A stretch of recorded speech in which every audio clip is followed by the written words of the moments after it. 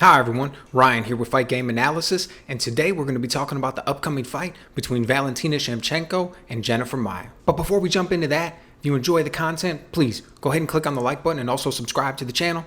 Really appreciate your support. Alright, so UFC 255, Valentina Shevchenko is going to be defending her belt against Jennifer Maia.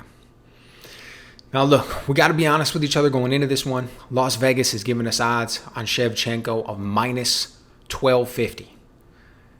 And that's huge. And typically, anytime you see a favorite that overwhelming going into a fight, the fight isn't going to be that important. It's not going to be that big of a deal. You're expecting a one-sided blowout. But I would make the argument that anytime you have a fight with Valentina Shevchenko, it's important because she's a historically great fighter. Since she's been in the UFC, she's only lost to one person, and that person is unquestionably the women's pound-for-pound #1 champion, right? Amanda Nunes. It's the only person she lost to. And the second time she lost to her was a split decision. And she now fights at a different weight class, 125, right? Nunes is clearly a bigger person than her.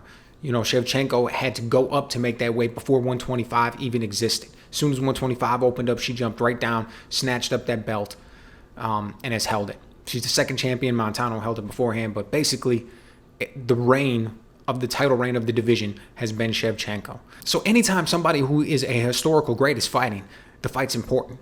We're always going to be judging that performance. And for Maia, on the other hand, she's coming in 5 fights in the UFC. This will be her 6th one. She's 3-2. She's continually progressed, continually gotten better. And man, what an opportunity in front of her. If she can come in here and knock Shevchenko off the throne, she literally takes the queen down. She walks away, she snatches up a ton of momentum.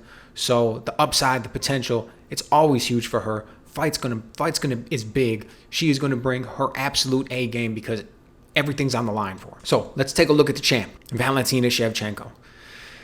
Now, she is a striker through and through. That's what her background is. She's got a Master of Sport in boxing, Master of Sport in kickboxing, International Master of Sport in Muay Thai, Master of Sport in Judo. She is just well-credentialed in combat sports all around, but her focus is 100% on her striking. That's her bread and butter. She fought I think it's like 50 or so amateur Muay Thai fights over in Thailand. That was her first exposure to real fighting. Did awesome, won a whole bunch of gold medals. Then she comes over, she's K1 doing kickboxing. Same thing, really awesome, looks impressive, world champion. Then ends up coming over to MMA.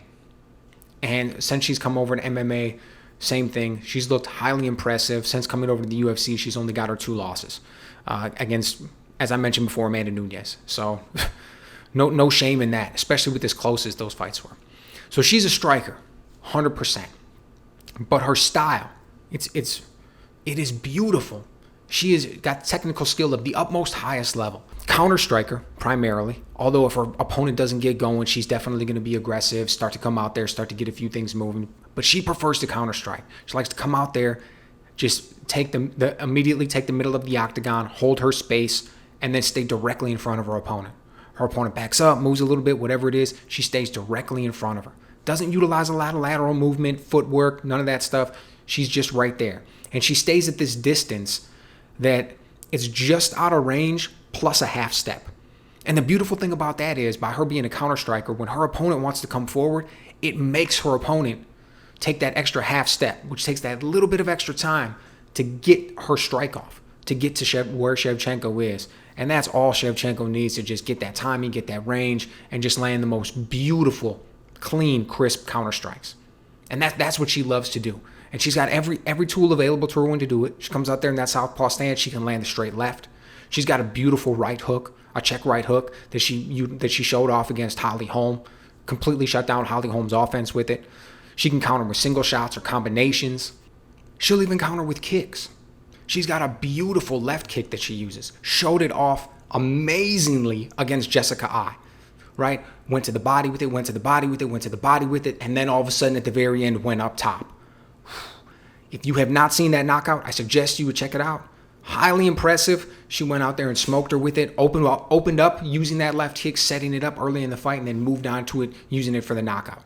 And it's a beautiful example of her countering ability, her timing ability, understanding of distance, her fight IQ, and the way she set that up for the whole first, 7 minutes or whatever it was before she ended up landing the head kick. But she's also very patient. She's not the type of person, she's not going to come in and force things. If it's not there, she's not going to take it. But when it is, she is going to jump all over it. So is she aggressive? Absolutely. But she doesn't force it.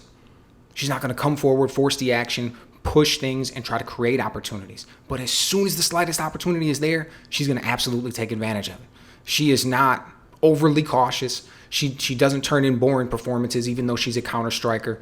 She gets after it. And then she's even got some good takedowns. She's even got some good wrestling. She's taken out all of her opponents at flyweight. When she wants to get the fight to the ground, she's able to get it down there. Perfect example of that, she takes down Caitlin Chikagian, who's a lot taller than her. Typically, it's more difficult to take down taller fighters. Gets her down and lands a nasty elbow, cut wide open, then ends up going on to end the fight later after that. So, highly impressive. Shevchenko brings the whole package. There's a reason she comes into this fight as such an overwhelming favorite. Then, on the other hand, we've got Jennifer Maia. As I mentioned, she's 5 fights into the UFC. This is her 6th one. She's continually getting better, continually progressing. She trains out at Shoot the Box Academy, legendary gym down in Brazil. We've had a lot of really good MMA fighters come out of there before, most notably Shogun Rua, who's also on this card. Now, she's a Brazilian Jiu-Jitsu black belt, but you can tell that she doesn't go to that. That's not her primary focus when she's in the octagon. What she likes to use is her Muay Thai. She comes out and she's got that classic Muay Thai stance, classic shoot the box movement, and the way that she gets her upper body going back and forth, always in movement, tries to work behind the jab really well, lands the 1-2, works those things nice, has a decent low kick that she uses, and she gets a lot of things off. Typically, when you think of fighters from shoot the box, the first thing that comes to mind is their aggression. Usually these guys come in and they are just all out. It's how they train at the gym. They go with heavy, frequent sparring. It's just kind of the style. That's what they go with. It's what they use. And when they show up, they're destroyers in there. But that isn't her. That's not the way Maia approaches it. So she's patient. She'll work behind the jab, work behind the 1-2, try to land that right hand over the top. But she will force it. She likes to come forward. She likes to be aggressive. But you really don't see that true unbridled raw aggression unless she feels like she gets her opponent hurt. If she feels like she lands a shot, she's going to come in at that point and she's going to really try to get after it. She doesn't mind exchanging shots, hard shots in close quarters, getting inside and just letting things fly. So she's no stranger to that. She's not going to shy away from it. And that can work to both her advantage and her disadvantage. So kind of leads me into the 2 flaws that I really want to mention with her in this fight, or flaws in her style that could definitely impact how this fight goes. Number 1 is that she doesn't like to move her head a lot. She doesn't really get her head off the center line all that much. She comes in a lot, stays on the center line as she comes from outside to in, or even when she's backing out. Every now and then she moves it, but definitely not enough against a striker of Shevchenko's caliber. And the other thing, somewhat similar, is that when she gets inside and she gets in those close quarters where she likes to do those exchanges, she stands up a little bit straight. She stands up a little bit too straight, and her head's on that center line. So she's been able to get away with it a lot. Alexis Davis was able to land some good hard counter right hands when Maia was coming in. She still was able to win the fight, but I'm not so sure that's going to go well for her against Shevchenko. So the question is, what's it going to look like when these two step in the octagon on Saturday night? So I got to be right up front, got to be honest. I don't think this one's going to look good for Maia. Taking Shevchenko on this one, think she's going to get the stoppage. I do not think it's going to take her 5 rounds to get her work done. She's just going to come out and do the things that she absolutely does, or I should say that she normally does. She comes out, she's going to immediately take the center of the octagon, stand right in front of her opponent, and just get her timing, get her distance, get her rhythm, and she's just going to start to land hard counters. Maia's going to come forward. She's going to try to work behind that jab, try to land that overhand right whenever she gets the chance. And Shevchenko's going to shut it all down. She's going to shoot the counter right hook. She's going to land her straight left hand. She's going to get that heavy left kick that she's got going. And I don't know, maybe 3.5, 4 minutes into the round, Maia's going to come forward to try to land one of those right hands. Shevchenko's going to time her perfectly, slip underneath it, get a takedown, land a little bit of ground and pound, a heavy elbow or something before the round ends. I think she's going to come out there and dominate. I don't mean to downplay the skills that Maia brings to the table at all. She is a very good fighter. But when I watch the film on him and I look at Shevchenko, she just seems to be a step above everybody else. She's faster. She's more crisp. Her fight IQ is higher. She's got more power. Her hands are quicker.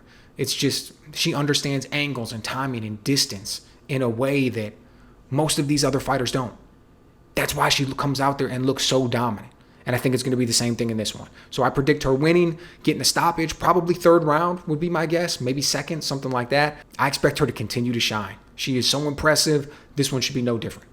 So let me know what you guys think in the comments below. Do you think Shevchenko just comes out and continues to shine? Is Maia able to bring something to the table that either makes the fight last longer or actually gives Valentina some trouble and she possibly comes out with a huge upset victory? Let me know what you guys think.